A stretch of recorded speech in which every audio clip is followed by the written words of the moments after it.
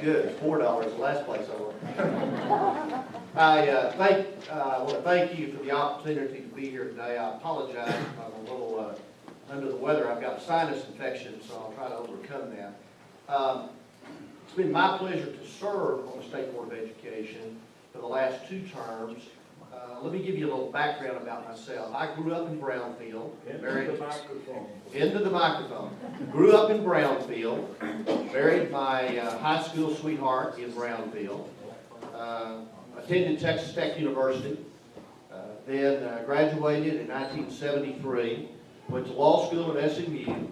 Came back to Lubbock in 1976 and had the pleasure of living in Lubbock and practicing law here since 1976. Dana and I have 3 children. Our son works for United Supermarkets, Market Street here in Lubbock. Our twin daughters, one is going to law school at Texas Tech now, and the other one is teaching biology at Monterey High School, which is a little hard for her because she went to Coronado, had to change colors, but she's enjoying it. And we've had a wonderful opportunity. All of our children attended public schools here in Lubbock and had a great education. And we've been very fortunate, plus all of us graduated from Texas Tech. The State Board of Education, I did lay some of these in the back. This is more or less an overview of the State Board of Education, and it tells you some of the duties and responsibilities of the board. It shows the districts. There are 15 members on the state board. There are 10 Republicans. There are 5 Democrats. My particular area, District 15, covers 75 counties, as Keith said. It's a large area, larger than many states. I suspect that when the redistricting takes place, it will increase by more than 75 counties because you're having a decreased population in the West Texas area. We currently have 4.7 to 4.8 million students in the public school system. We are growing at a rate of approximately 70 to 80,000 students a year in the public schools in the state of Texas. Unfortunately, it's not all in the West Texas area. It's primarily in the Valley, the Metroplex, Houston, and the Hill Country. That's where the major growth is taking place of students in the public school system. We have a good public school system. It always can be improved, and we attempt to try to do that. The State Board of Education does not control the UIL, so we'll throw that out real quick. We did not institute the 4x4 program, which you may have heard. 4 years of science and 4 years of math. That was a legislative act. The State Board has the responsibility for selecting some of the electives that can be used in the 4x4. I am a very strong advocate for flexibility in course offerings. When I was on the local school board here at LISD from 1988 to 2002, which was 14 years, we opened the Byron Martin Technology Center. I don't know how many of you have ever had an opportunity to be in that center. That is a state-of-the-art center in the state of Texas. Other places come and look at the Byron Martin Center. Why is that important? It is important because career technology is so important in the state of Texas. Individuals that have the opportunity to go through the CTE programs, go to college and do well, they go for careers and do well, it is very important. That is why I'm a strong advocate for flexibility in the course offerings at the high school level. If you don't have that, you're going to increase your dropout rate, and you're not going to keep and attract students. That doesn't mean you don't have rigorous courses, but for instance, we added engineering as a 4th-year science option for school districts to use. That is a great course.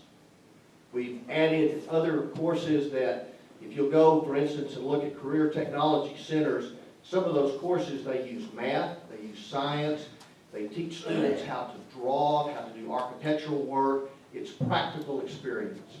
I think that's very important. From the textbook standpoint, we did have a meeting last week. We are currently reviewing what is called the TEKS. That's the Texas Essential Knowledge and Skills. That is done about every 10 to 12 years. We finished the English Language Arts 2 years ago. We did science last year. We are currently doing social studies. We were to have our first reading of the social studies, TEKS, last week, but it's now been postponed to the March meeting because we couldn't cover everything. We're still going through them. The final reading will be in May. The textbook publishers then have to incorporate the outline of the TEKS in the textbook.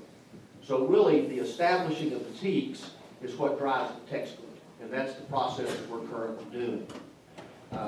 There's discussion about various grade levels. We really got through only the 8th grade and one history section in high school, so we still have economics, world history, and other areas in the high school level and social studies to go through at our next meeting.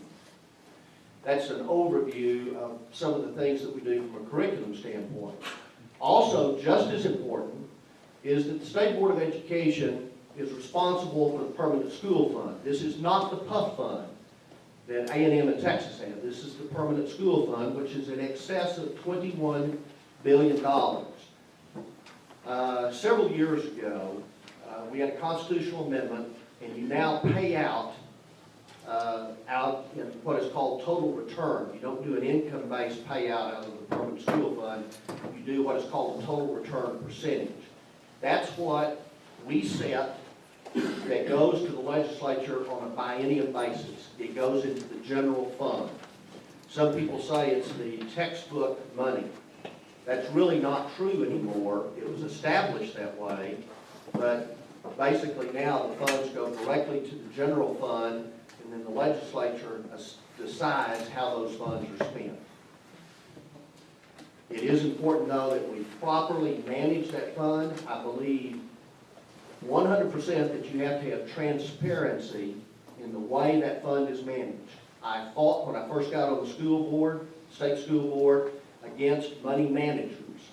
We had money managers, as many as 15, for different equity accounts. Now, a money manager is like a broker. So what are they going to do? They're going to take a fee, a percentage of whatever they're buying or selling on those equities. I thought that was not good use of taxpayer money. We currently have indexed those funds. You could argue about indexing, but you reduce the cost of it. I think it's important. The other thing that I have fought against is you have to be careful of real estate investment within the Permanent School Fund. Currently, a portion of the Permanent School Fund goes through the Land Commissioner's office, Jerry Patterson's office, and he manages the real estate. I think that's great. But why should we duplicate that on the state board? Why should we pay a real estate broker extra money and put additional money in real estate and not run that through the Land Commissioner's office where they already have an established program? I think you have to be fiscally responsible in the way you do things. So with that, I understand the time is up. I appreciate it and look forward to questions.